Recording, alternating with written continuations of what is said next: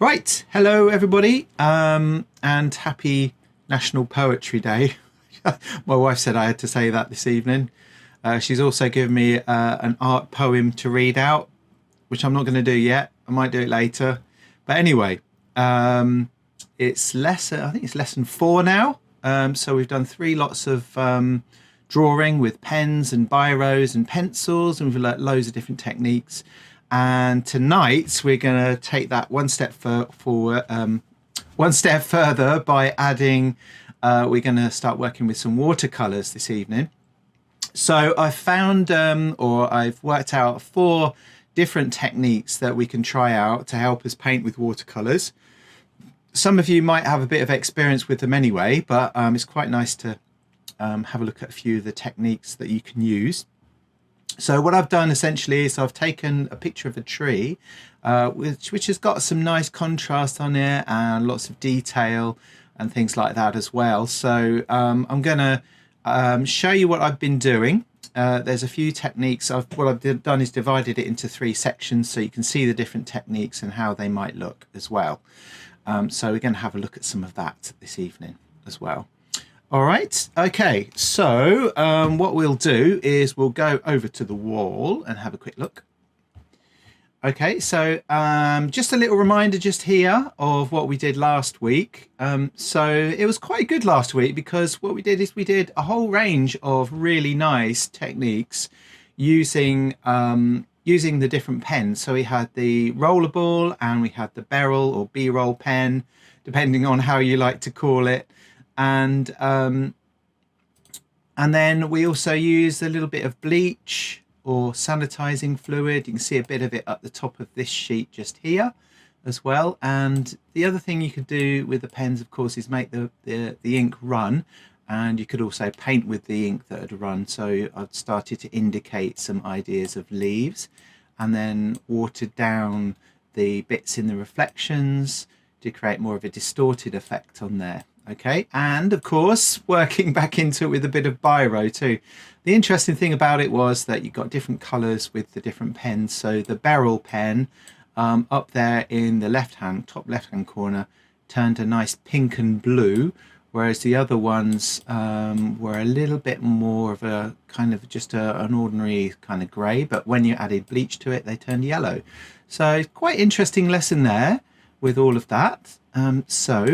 What we're going to do tonight is have a look at working out some watercolor techniques this evening as well. So here we go. So what I've done is I've drawn an outline.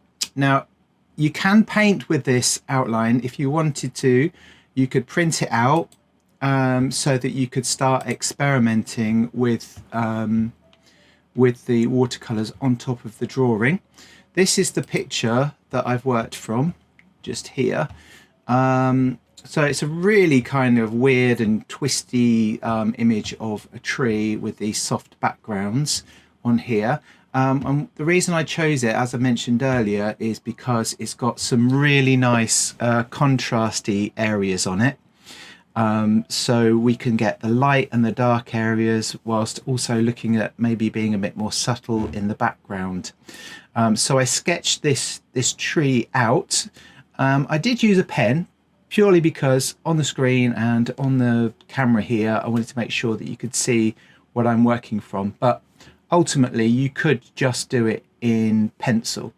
If you don't want to do this tree, that's absolutely fine. You could find a different tree from the drive and just draw the outlines of it quite loosely in pencil. And if you fancy doing it with the biro, go around the edges with the biro as well. And remember, the biro won't run like the pens, some of the pens we had last week, the rollerball and the barrel. Okay, so what I did after that was the picture that I accidentally put up a little bit earlier. Oops, it's just, there it is. Right, so this is what I've done so far with this picture. Is I'm using about 4 different techniques to help me explore how the watercolors can work for this kind of image. So you can see my pen marks underneath, and at the top there I have done a technique which involves doing a straight wash of colour with the blue, and then I've used a lighter brown to start putting in marks, and that's just using that's just on top of a dry surface on the paper. So I let the blue in the background dry, and then I used a small brush to start putting marks in, and then the darker brown or bluey kind of blacky brown you can see there is me doing another layer when that was dry. So it's about working over a dry surface, and basically that will keep your marks. Now the difference is when we go to this one, which is the greeny sort of bluey area you can see here and yellowy area, is that I have painted on the surface some water first of all, and then added some yellow and some of this blue or greeny blue together. And of course what you'll find is that the water enables those colours to blend and bleed into each other. Okay, now the difference here between this area and this area is whilst the paint and the surface was still a bit damp, you can use a dry brush to pull the paint off the surface of the paper and create highlights. So you can see I've started to do that on the right hand side of the tree. So I put some darker brown over the surface, and then I started to use a dry brush to pull off the water off the surface like that. So basically the brush sucks up the watercolour and you end up with the colour that was underneath. I've also done that with the background. So I've used a dry brush, or in fact you can use a wet brush with clean water, and you can pull off the watercolour from there and create highlights. So I found that really nice to experiment with actually. Now at the bottom you can see there's just a plain wash on there as well.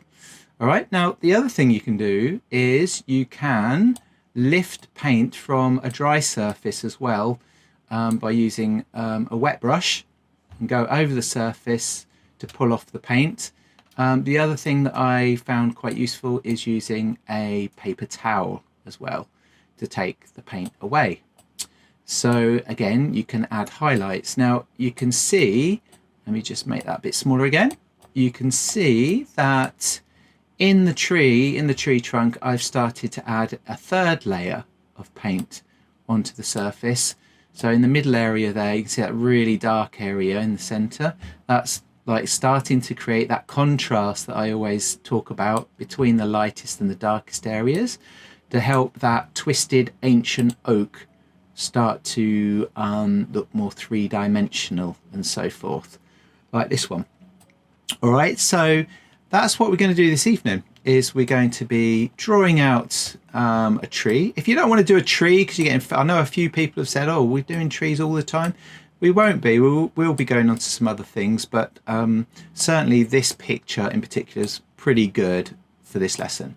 So I'm going to just go through these techniques again on the desk over here. Doink. There we go. So here we are on the desk. So we've got, this is the drawing that I did last week. I finished it off in the last lesson, so it was a mixture of biro and pen, just to remind you of that one. And this one was our ink pen one that I was just talking about. And this is the one that I'm working on right now as well. So I've got my photo too. I used a grid to draw it out, and then I rubbed out the pencil lines afterwards, something I don't always bother to do, but I did the lines quite lightly so that they could be, you know, so they wouldn't be there basically for this piece of work. So the different techniques then, I've actually put them on this little sheet here. Come in a little bit closer if I can. Here we go. Doink. There you go. All right, so I'll just move that picture over there out the way for a second. So there's a couple more things on here that I haven't mentioned as well. So we've got on this one just here, we've got just a flat wash. Now start with, when you're doing this, start with quite pale colours. You don't need loads of the watercolour in there.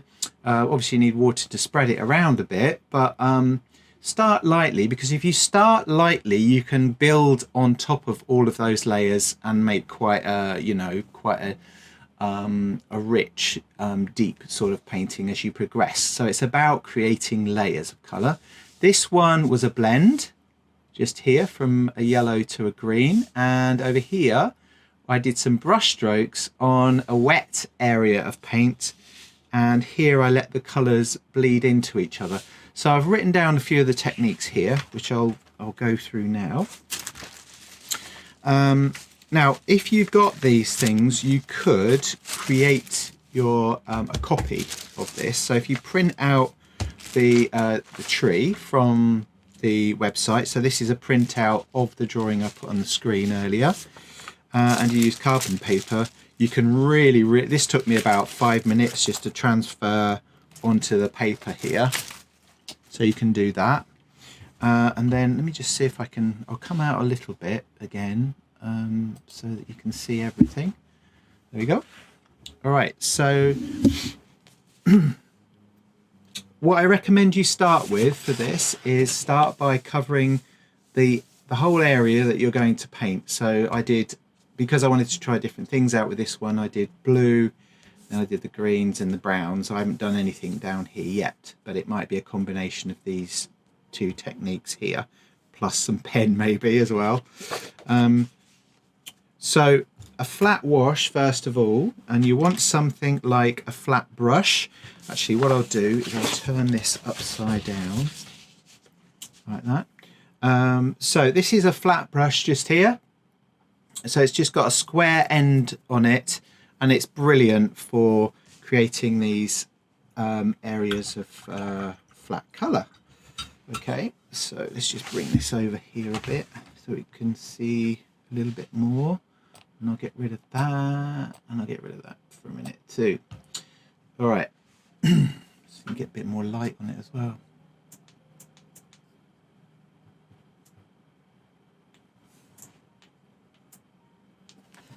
Yep. Don't want it too bright.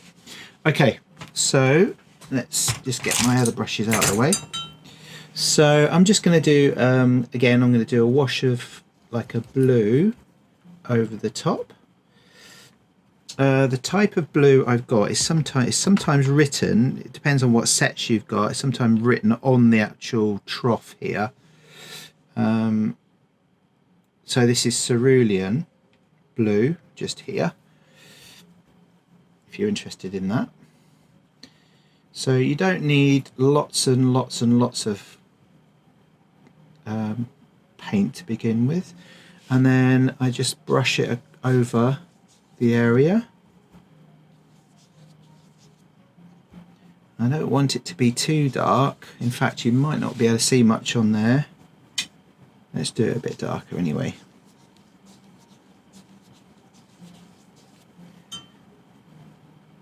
So there's your sort of even wash on there for your background. Remember, you can do your own tree and things like that. I just thought I'd help out a little bit for this lesson. So that was just literally painting straight onto the dry paper. So that works quite well for a nice even wash. And then of course we can paint the surface just with water as well.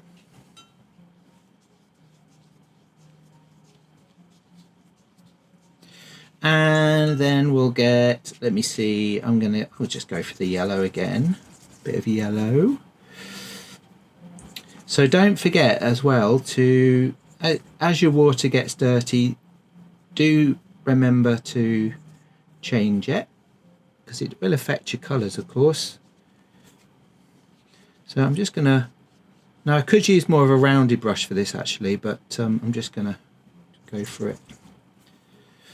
So I'm just going to put some you can see it's all the watercolour is actually spreading already on here. And I'm gonna put in some of this yellowy green as well. Oh, I think that was my phone. That was telling me I've got an art class now, I suppose. Right, here we go. So put that on there. Now, at first you might think, oh, it's not doing much, it's not blending and things like that, but it will do that because there is plenty of water on that surface that will allow for these colours to blend. So the key thing is not to overwork it and to let it sort of do its thing and dry as well, if you want it to dry. Right, and so there we've got two different techniques. Now I mentioned as well that you can draw out some of the colour on here. It's a bit difficult to see in this light. Let me just tip it up a little bit. Actually, I'll turn the light away, see if that works.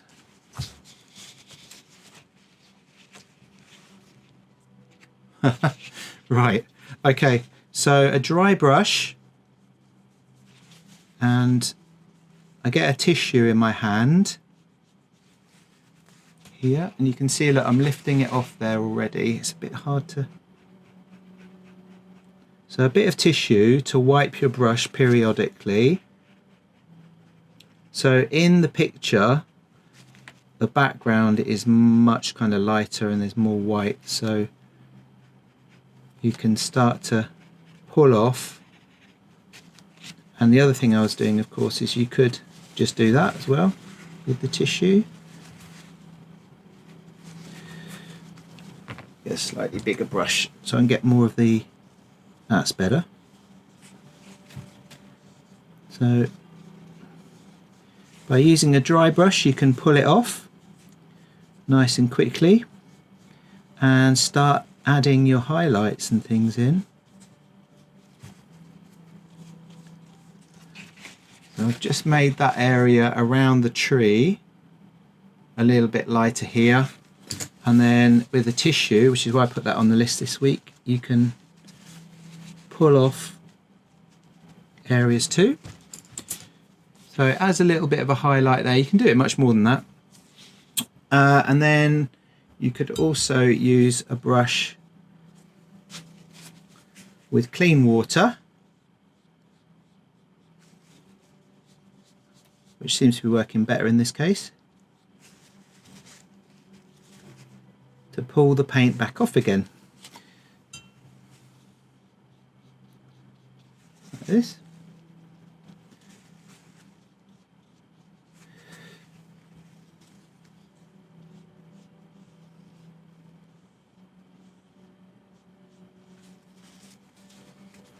And wipe your brush. So you put your water on first, wipe your brush so it's a bit drier, and it will pull off the paint and create these nice highlights.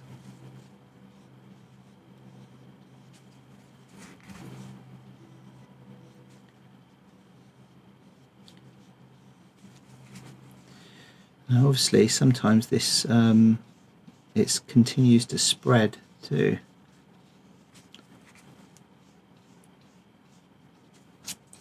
There we are. So you can just about see that on there where I've pulled away some of the paint. So that's the beginning of starting to make it more 3D by looking at those shadows and things as well.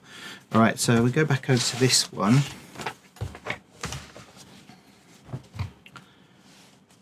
And we'll try and lift some of the paint off a dry area. I don't know if it'll work particularly well, but I'm going to give it a go.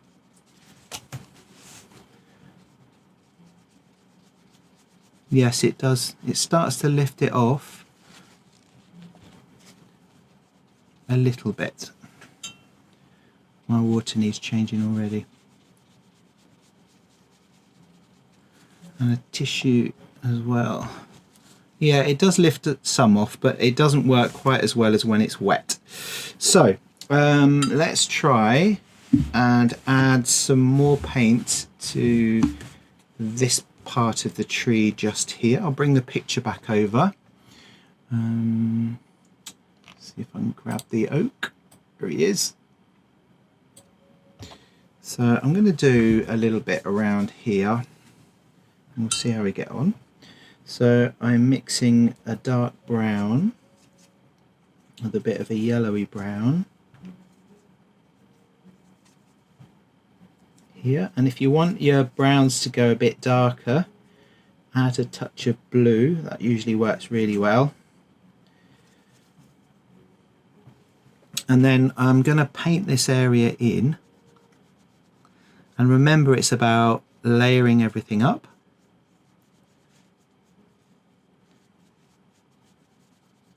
Like that.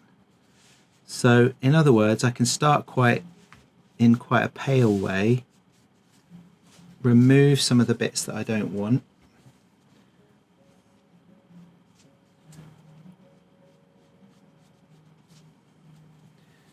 with a wet brush, and you'll see it start to change as you brush over. You might need to brush it quite a bit, and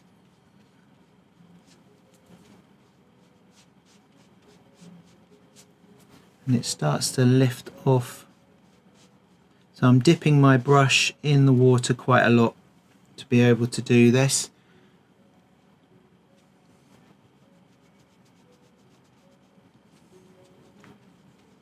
There we are. And yesterday when I was doing this, I found it quite useful to use a tissue as well. So if you've got a really wet area, you can blot it off as well.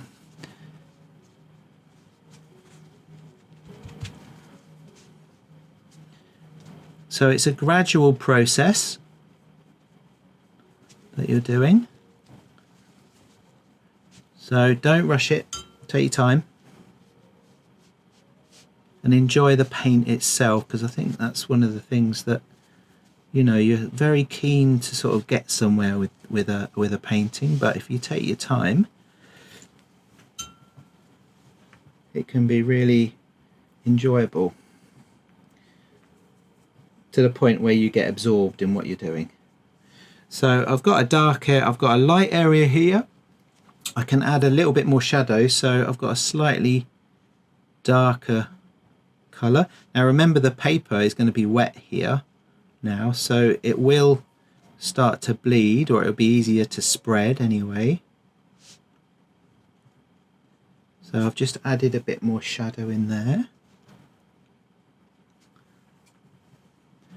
I'm going to put a bit here so that the lightest area is next to the darkest area. It's not as dark as I want it yet, but it's a start. It helps you to visualize what you're trying to achieve.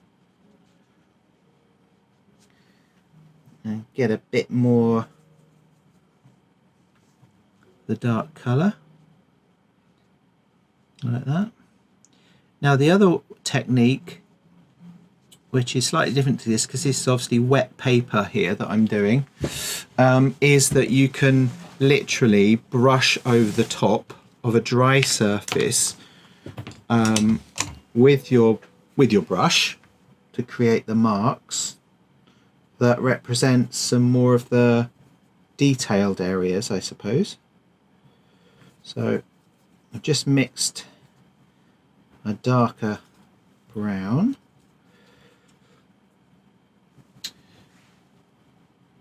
There, and I'll try and bring that down a little bit so you can see and get in a bit closer.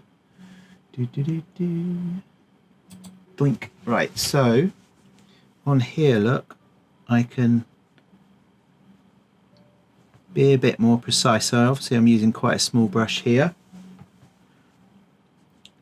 but if you think about all the, I'm not looking too much at the picture here, I have to say. I'm just sort of putting some marks in to show you what I mean. So whereas the paint was spreading before, I can, with this technique, which is just dry on, so it's on dry paper, you can draw the lines that you want. You could also do the leaves in the background if you wanted to. get some green and a bit of yellow. So in here I could start, probably a bit bright, but it's not so much on the screen, but so you can draw in the marks. Now when this area is dry, I could work back into that with more precise marks like I'm doing at the top as well. And then you can layer those up too. So on this area I can start to add more marks. Now again, the marks that I just made a minute ago are going to be wet, so if I put wet marks on top of wet marks, they will also bleed, which is another really lovely effect. So what I'm saying is, once you've got a drawing, you can concentrate, or an outline at least, you can concentrate on how the material works and try out some of these lovely techniques for a lovely watercolour effect. Okay, oh gosh, sorry, switched everything off there. All right, so you can see how things gradually start to build up. So we've got more texture and lines up here, whereas here we've got much more tone and blending. Okay, so try things out, explore these techniques. You can see down here, actually, I'll point that out as well. You can see just down the bottom here, look how I've removed the paint to show the shape of the tree. So the negative shapes have been removed with water and a bit of tissue as well. So you can keep some areas really pale without too much effort, and make a little bit more of that kind of atmospheric perspective as well. All right, so there we are. So they're the watercolor techniques I thought would be really nice to try out this evening. So if you've got any questions or queries about that, please ask. Okay, so from the beginning here, what I'm doing is I add over a layer of brown just at the bottom there, and you'll see me in a second using a clean brush. What I'm doing is I'm lifting some of that watercolour that I just put down as a little wash over the top. I'm removing some of it to bring out the highlights in the roots of the tree that comes down there. So you can already see things are starting to stand out and create a little bit of depth, but also highlights in the tree, creating that modelling effect or the 3D effect that you can see on there. And then of course you can start to darken down some of the areas to enhance that even further, creating contrast. In fact, that's one of the reasons I chose this picture, is because it has very nice contrasting areas within those roots and the tree trunk and the way it curls around like that. So I'm adding further layers very gently and gradually over the top of some of the darkest areas of the tree. There we are, a little bit closer now.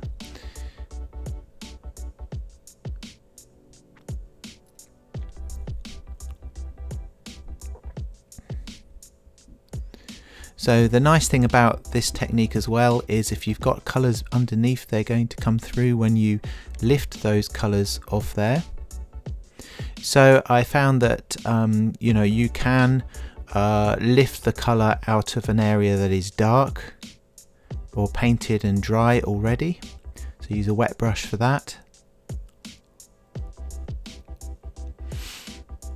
And with these background trees, it's not very easy to see with this video because the light was shining on it, but what I did is I painted the area or the branches first of all using just using water, and then started to add in or bleed in there some blues and greens so that we get the silhouette of the trees.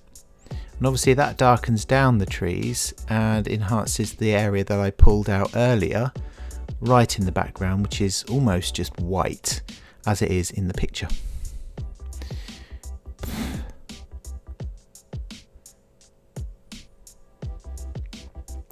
So you see me, as I normally do, I'm working on different areas of the tree as I progress through this. And you can see some areas are dark. Nice thing about watercolour on this watercolour paper, of course, is that you can, it won't sink in straight away. And what you can do is you can move the colour around to where you want it and have quite a bit of control. But the control element of doing this is that you are gradually layering and building up the surface of your picture to create the details and the depth within here.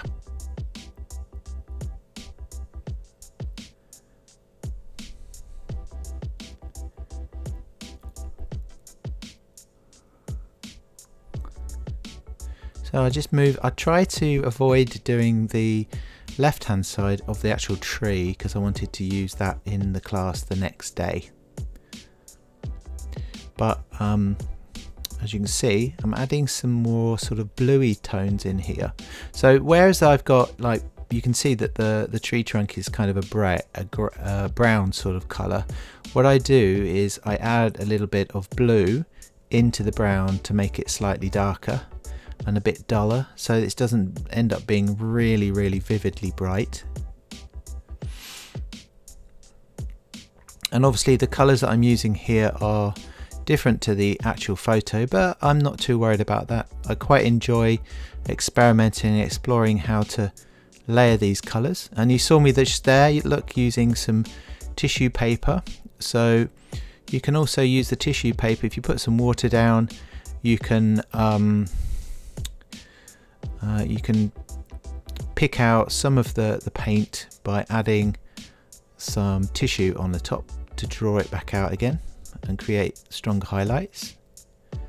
So again, look, I'm layering on top here and creating this darker area down the bottom there, create a little bit more depth. And you do have to be a bit patient with this material because obviously you need to let it dry a little bit as well so that you don't end up rubbing through the paper. There you go, a little bit more detail appearing in the tree trunk there as we go up. Now I feel that we've got a bit more of a sort of sculptural form up there on the right hand side,